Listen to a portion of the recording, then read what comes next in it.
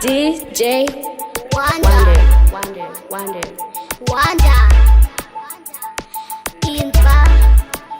Inzwa mirandi varovere mangoma vanzwe vaudze mangoma kuti nini ndinokurovera mangoma ini handina kupusa pamangoma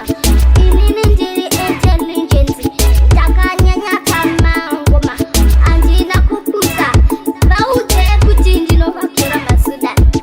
vanoti vanobvena ngoma ndakati imba tinzwe akati andigoni paya ndikati ho mirachibate ngoma riyaria ndaenda kuna wanda uyauya ndikanomubvunza wanda zvikanzipo pinzai apusapusa chigonai apusapusa chigonai apusapusa chigonai apusa izwa uze ngoma iro rakanyanya iro ngoma iro iwe rakanyanya iwe ngoma rakanyanya ndinokuchevera mvura moti izvonizvo ine poison havana kukwana vanotenderera breni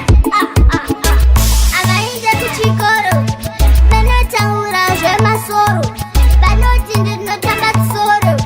nevana vechikoro ndavaudza ini ndiri munhu mukuru pamangoma ndiri munhu mukuru handina kupusa pamangoma inzwai munzwe ndakanyanya pamangoma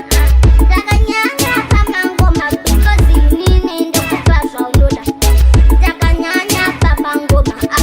ndakanyanya pamangoma because inini ndokupa zvaunoda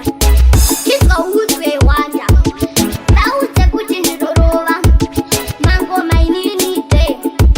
ndinongovarora ngoma otherwise vaudze kuti ndiri munhu mukuru pamangoma ndiri munhu mukuru handina kupfupika vanoti ndakapfupika inini saka vaudze wanda ndiri munhu pamangoma ndiri munhu mukuru ndinogona ngoma rese zvokuti vanhu vakambosvika pakuti iyo mwana uyo akanaka vanonzwa ridhimu richirira voti uyo hasiriyeri but inini ndokubhora ndogona maridhimu ose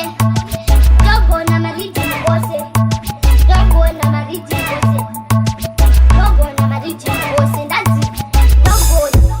ndogona inzwa unzwe iro ndanzime